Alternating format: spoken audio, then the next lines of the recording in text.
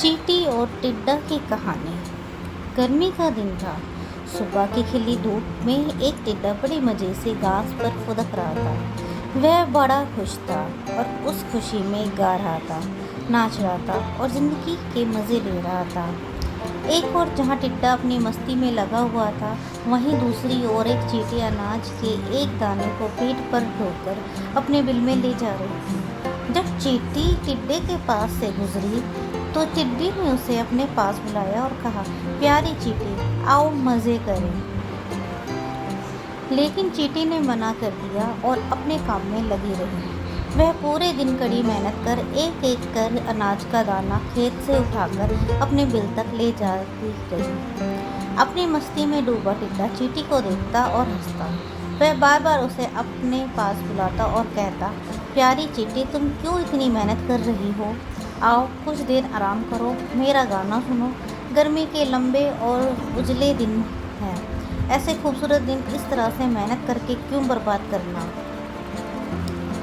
चींटी बोली, मैं ठंड के मौसम के लिए भोजन इकट्ठा कर रही हूँ। मेरी सलाह मानो तो तुम भी ऐसा ही करो, वरना बाद में पछताओगे। अभी से ठंड के मौसम के बारे में क्यों चिंता करना?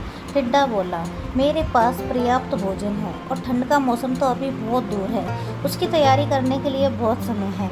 अभी का समय तो मैं आराम से सोते हुए और मज़े करते हुए बिताना चाहता हूँ। मेरी मानो तो मेहनत छोड़ो और मज़े करो।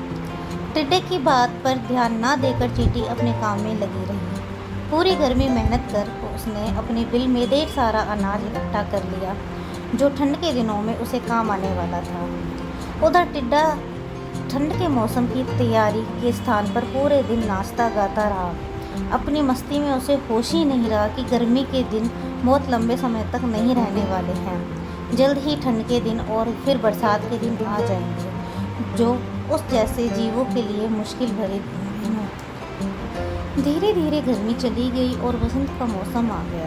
फिर बसंत का मौसम ठंड में तब्दील हो गया। अब तो सूरज बामुश्किल आसमान में नज़र आता।